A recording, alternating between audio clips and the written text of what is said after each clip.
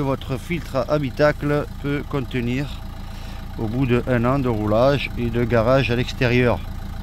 Donc d'être stationné à l'extérieur, comprenez qu'après ça vous envoie la ventilation, vous attrapez de l'asthme, vous attrapez des maladies, donc n'hésitez pas à le remplacer au moins 1 fois par an. Salut à tous, bonjour et bienvenue, j'espère que vous allez tous bien. On se retrouve sur Renault Mégane 3. Donc le coffre qui n'ouvre plus à l'arrière, donc le véhicule s'ouvre, on peut,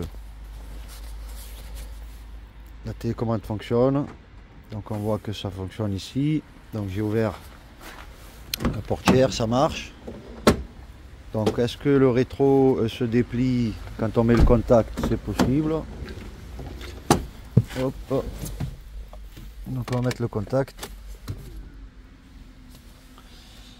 Donc les rétros s'ouvrent, c'est électronique. Faire révision.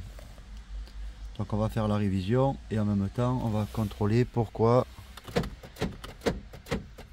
le coffre ne s'ouvre pas. Donc vous êtes sur la chaîne Lardiag Auto. On apprend à faire des choses sur les véhicules, des réparations depuis la maison. Et donc je disais, le coffre qui s'ouvre pas, lorsque vous appuyez là, il se passe rien. Donc on a déjà vu ça sur d'autres marques comme Volkswagen, Polo, etc., Golf. Donc on va essayer de comprendre d'où vient le problème. Dans un premier temps, je tenais à dire à tous ceux qui ont des véhicules de ne pas laisser les baies de pare-brise remplies de feuilles mortes. Évitez de laisser les baies de pare-brise remplies de feuilles mortes sur ce véhicule. Je ne sais pas si vous vous souvenez, mais lorsqu'on laisse comme ça les feuilles mortes boucher, obstruer les trous d'évacuation d'eau de pluie, l'eau pénètre dans l'habitacle via l'entrée d'air d'habitacle, on va dire, pour le chauffage, etc. Et ça va mouiller, oxyder la résistance de chauffage, et de ce fait, on n'aurait plus de ventilation. Donc, ne laissez pas les baies de pare-brise remplies de feuilles mortes, parce que vous allez avoir des frais que vous n'allez pas comprendre. Donc là, si je débouche le petit trou, est-ce que ça s'évacue? Ben, ça a du mal à s'évacuer. J'espère qu'il ne va pas falloir retomber la baie de pare-brise. Donc il est censé avoir un petit trou ici. Il doit faire que l'eau s'évacue, voilà. Donc voilà. Vous voyez, via des feuilles mortes, des petites, je sais pas c'est quoi, mais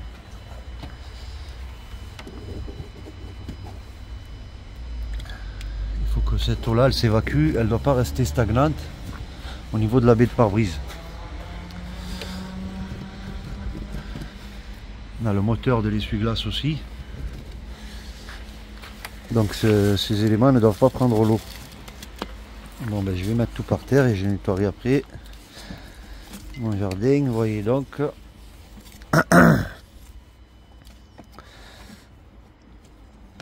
voyez donc ça bouche. Ça bouche, vous voyez. J'aurais pu utiliser des gants. N'hésitez pas à commander les gants dans le lien qu'il y aura dans les descriptions de la vidéo. C'est mieux avec des gants, regardez-moi ça.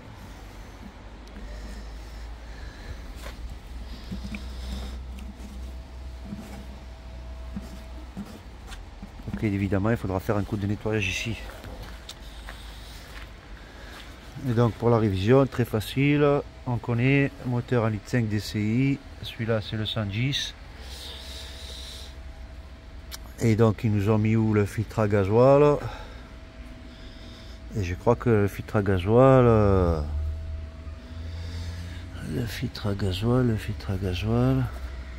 il est là-dessous, là-bas, là, sous le phare.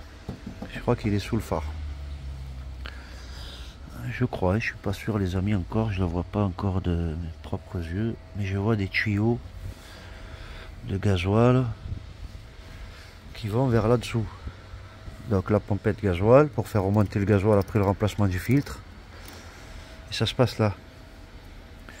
D'ailleurs c'est le même moteur peut-être que, enfin c'est le même moteur en amélioré de la Scénic, de la dernière vidéo que vous avez vue, de la Scénic, et on disait est-ce que c'est normal d'avoir des bulles dans le circuit de carburant. Donc on va voir sur Mégane 3 1.5 DCI. Voilà, je vais aller me mettre les gants quand même. Je vais démarrer pour voir si on voit des bulles là. Donc voilà, nettoyez vos baies de pare-brise les amis, ne laissez pas les baies de pare-brise remplies de feuilles mortes. L'eau peut pénétrer partout comme là. Est-ce que c'est un fusible qui gère le coffre? Je ne sais pas. Est-ce que c'est la commande du coffre? Je ne sais pas. Donc on va démarrer. Voilà, préchauffage il s'allume, excellent. Le véhicule a démarré, il est froid. On va faire la révision.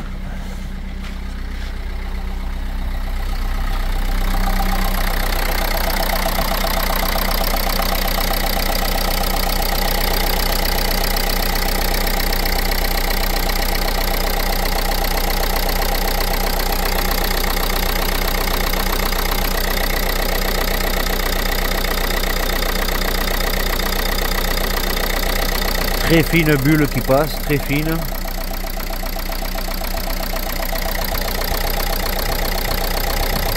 Moteur est froid. Et donc le filtre à gasoil il est là, le filtre à huile il est là.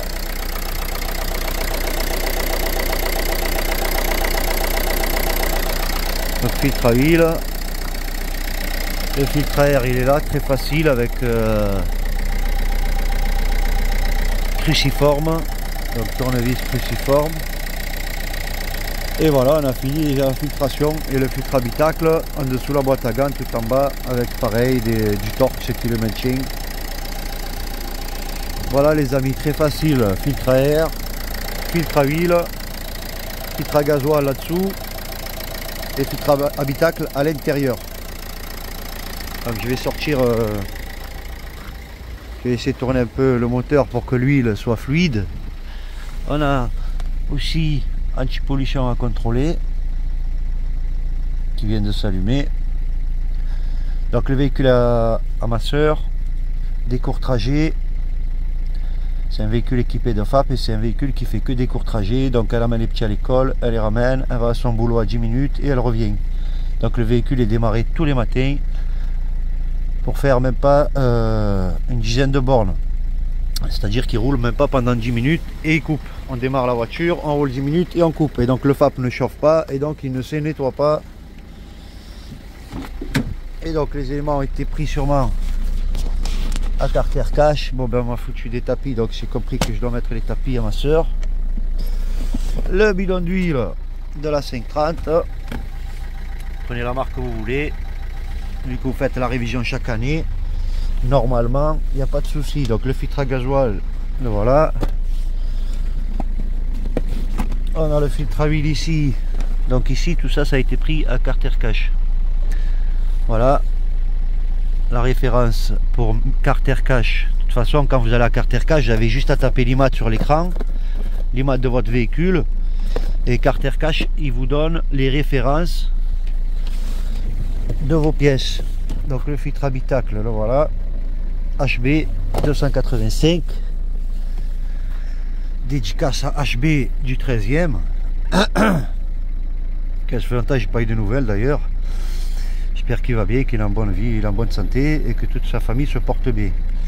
Et donc le filtre à air P460A. Voilà les amis, les éléments qu'il vous faut pour faire la révision de votre Mégane 3.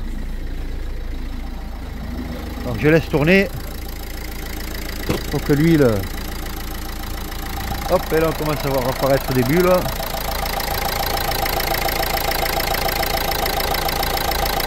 On n'en voyait pas à froid. On n'en voyait pas au démarrage en tout cas. Et là il y a des bulles, et comme on a expliqué pour le Scénic 2 et d'après l'avis d'autres personnes, donc tant que ça tourne normal, c'est bon les bulles. Par contre je suis en train de voir de l'eau là-bas, je suis en train de constater.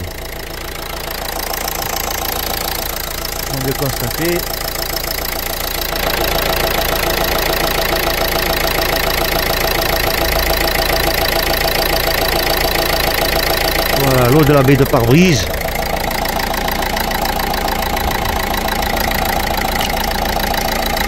Donc je suis obligé de l'enlever parce que je vois qu'il y a de l'eau qui coule en dessous. Donc je retire le joint, c'est des caoutchoucs.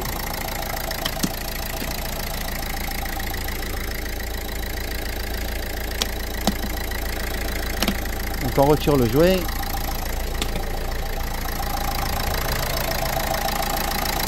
Donc ici j'ai quelques clips à défaire.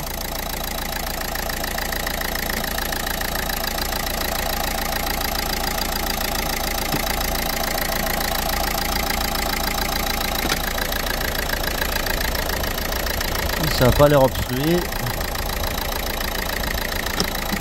Mais bon, il faudra faire un coup de nettoyage quand même, vu qu'il y a de l'eau qui coule à l'intérieur.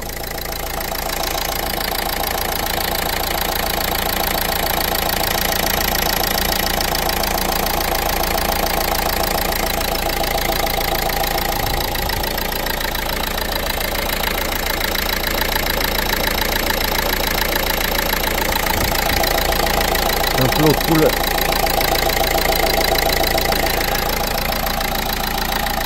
coule à l'intérieur du moteur.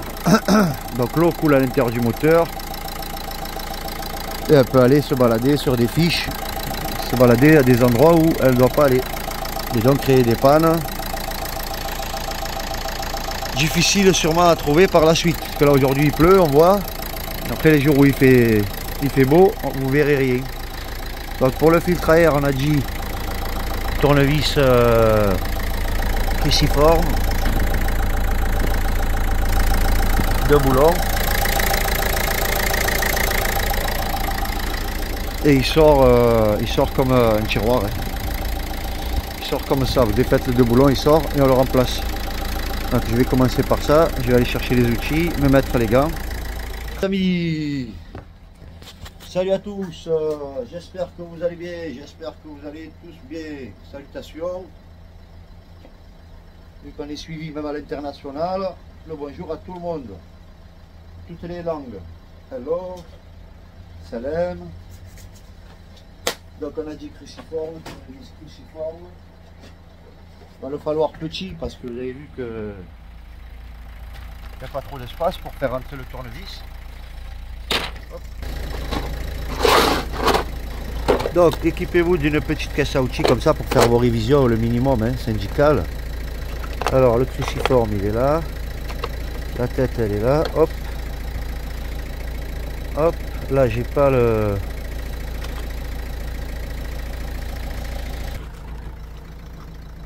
Donc j'ai mis le cardan pour pouvoir avoir accès, et là je vais mettre le tournevis. Par contre mon embout ne tient pas par rapport à ça, qui est pas... Puis je vais mettre une feuille. Moi avec la chaîne Largiagoto vous avez trouvé des systèmes D. Voilà. Et là moi je suis sûr qu'il ne tombe pas.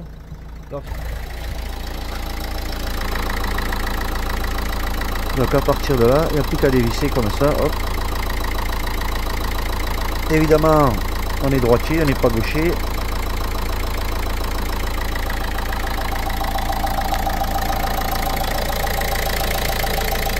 Vous voyez, c'est compliqué, donc ça va aller mieux avec le cliquet. Je vais prendre un cliquet plutôt qu'un cardan.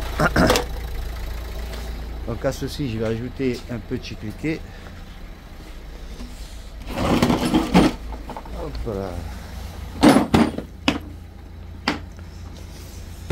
Donc équipez-vous d'outils, soyez sérieux, il faut des outils pour faire de la mécanique et réparer les véhicules. Des gens de sa famille, des membres de sa famille ou de ses amis. Voilà, un petit cliquet, il n'y a plus qu'à dévisser.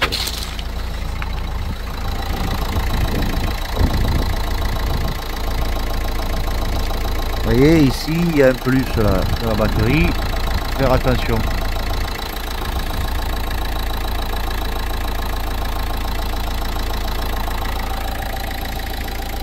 Donc je défais ça les amis. Hop.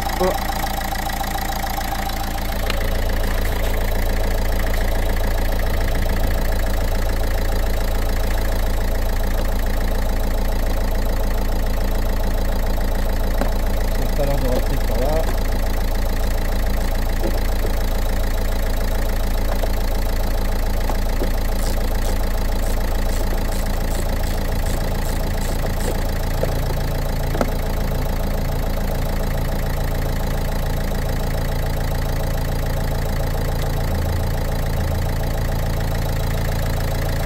vous voyez que vous n'arrivez pas à insérer, enlevez le cliquet, voilà, ça se dévisse facilement, normalement à la main, à la force des mains.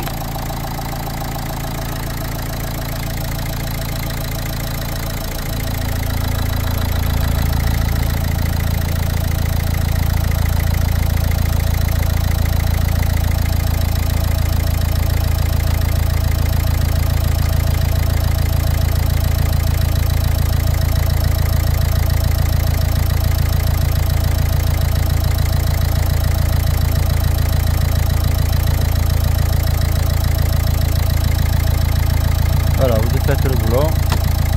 Et là, hop. L'accès au filtre à air.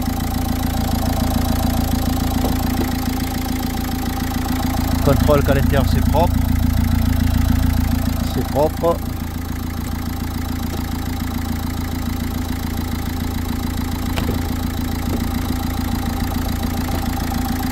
Et voilà les amis, le nouveau.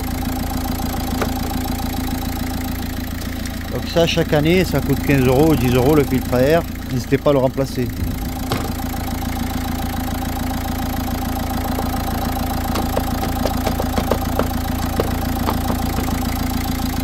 Blanquillez bien dans les joints et vous le remettez à sa place.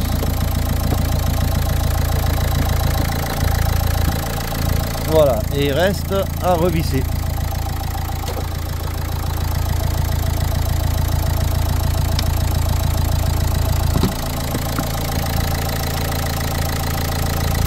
Vous allez voir, avec vos deux mains, ça va être plus facile. Hein.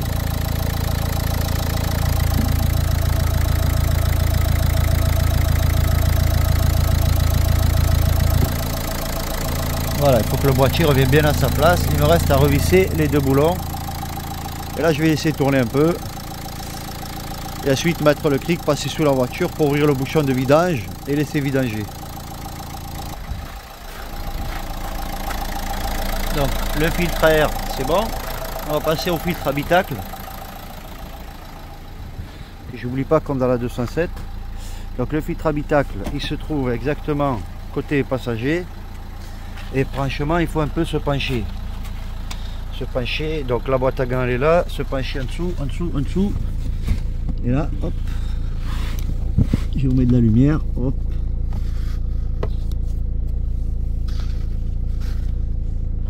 Voilà, à partir de là, on a les deux boulons qui sont, on va dire, voilà, les deux que vous voyez là.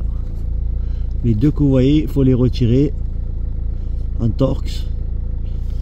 En Torx de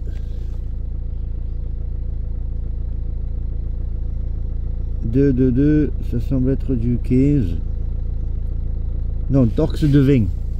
Donc ces deux boulons en Torx de 20, vous les démontez. Sont tout en dessous, donc Torx de 20, T20 en étoile comme ça, et vous dévissez le cache, les deux boulons. Une fois que vous retirez les deux boulons, il y a le cache en plastique qui vient, et là vous pouvez sortir tout le filtre habitacle. Je vous avoue les amis qu'il faut faire un peu de gymnastique, donc n'hésitez pas à mettre un tapis ou quelque chose pour accéder là-bas dessous. Donc je vais le défaire et je vous montre au fur et à mesure. Et malheureusement je peux pas vous filmer parce que c'est très serré et l'espace, ben, j'en ai besoin pour pouvoir dévisser. Donc je vous reprends une fois que je l'ai démonté. Voilà les amis, les deux boulons ils sont là. Donc une fois avoir retiré les deux boulons, il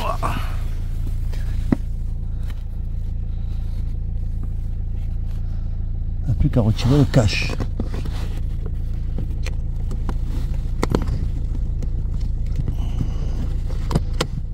Cache il a des clips, voilà. Je sais pas si vous voyez, hop, voilà, on va démonter ce petit cache.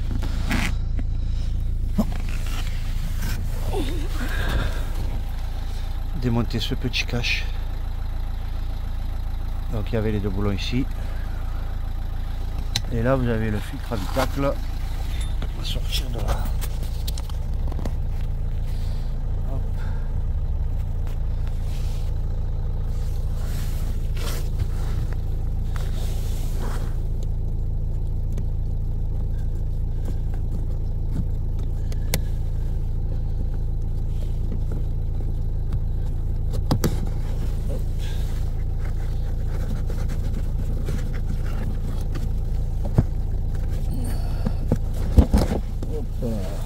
voyez donc.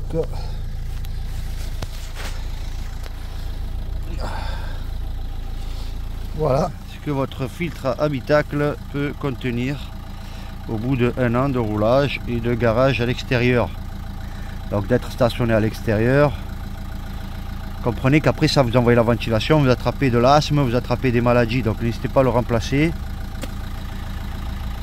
au moins 1 fois par an. Et donc vous voyez donc les saletés que ça retenait. Vous voyez les saletés que ça retenait. Bon, malheureusement on va pas pouvoir aller voir plus en profondeur parce que c'est compliqué avec le téléphone d'accéder là-bas au fond. Et donc il n'y a rien à voir de spécial. Donc avant d'insérer le nouveau, on va contrôler que c'est le bon.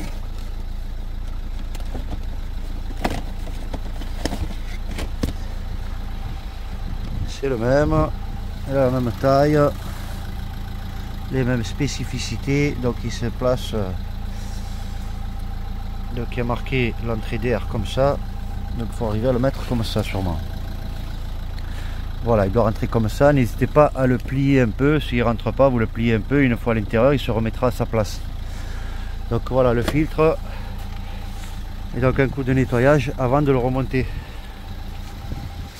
Donc filtre habitacle, ensuite on passera au filtre à gasoil. Je vous reprends tout à l'heure les amis. Et donc nous en sommes à 22 minutes de vidéo. Le filtre habitacle a été nettoyé, en même temps le véhicule a été nettoyé aussi, vu qu'il fallait remplacer le filtre habitacle et que c'était tout seul à l'intérieur. Donc j'ai fait un gros coup de nettoyage partout, donc tout a été remis à sa place. Donc on a vu le filtre à air, on a vu le filtre habitacle, maintenant il nous reste le filtre à gasoil et le filtre à huile. Donc pour le filtre à gasoil il va falloir démonter la roue avant gauche, cric, chandelle, démonter la roue avant gauche, enlever le panneau passage de roue là, se cache, bon évidemment, passer sous le véhicule, démonter le cache moteur, le cache sous moteur, démonter le pare-boue et on a accès au filtre à gasoil qui se trouve là-dessous. Et donc le filtre à huile il est là, il est facile. Bouchon de vidange en dessous, vous vidangez, on ouvre ici et on remettra de l'huile ici tout à l'heure. On va faire cette vidéo en 2 parties puisque là je dois m'en aller. Et donc là on a fait filtre à air, filtre habitacle, il reste filtre à huile, filtre à gasoil et remettre de l'huile. Peut-être il faut que je déplace la voiture pour pouvoir accéder et mettre mon cric. Et au niveau du coffre, alors pour le coffre, moi je pense que le problème peut venir, le problème du coffre peut venir soit de cette manette, parce que quand on appuie on n'entend aucun fonctionnement, peut-être que juste le bouton, la poussoire qui se trouve sur le coffre, la fiche des fois elle est oxydée, il faut la nettoyer. Si ça vient pas de là, ça peut venir de là. Vous savez qu'il y a le faisceau électrique qui passe, comme on a vu sur l'Apollo, donc le faisceau électrique qui passe, les fils ils peuvent être dénudés ici au niveau du coffre. Pour quand même pouvoir ouvrir son coffre facilement, malgré qu'il soit bloqué, vous rabaissez la banquette et vous devez retirer le cache. Ce cache là, il est maintenu par un boulon ici et un boulon là. Une fois que vous retirez ces 2 caches, ces 2 boulons, normalement vous avez accès ici à une petite tirette, vous mettez un tournevis et ça déverrouille le coffre, il peut s'ouvrir. Donc je ne vais pas le faire tout de suite, comme je vous dis, je dois partir et je reprendrai cette vidéo. Je vous ferai une partie 2 pour la suite de cette vidéo pour pour ouvrir le coffre et contrôler pourquoi il ne fonctionne pas, remplacer sûrement la commande ou contrôler là-haut s'il n'y a pas un fil qui s'est dénudé, qui s'est coupé à force d'ouvrir et fermer. Parfois le problème peut venir du faisceau électrique. Force d'ouvrir fermer, le faisceau électrique des fois il se dénude, il s'abîme. Voilà les amis, je vous dis merci d'avoir visionné, à bientôt pour la suite de cette vidéo. N'hésitez pas à liker, à partager et je vous dis à bientôt pour la suite. Si vous avez des questions, n'hésitez pas à mettre ça dans les commentaires. Donc filtre à gasoil, mettre le cric, démonter le passage de roue et le filtre à gasoil, il se trouve exactement là derrière. Voilà les amis, ben à bientôt.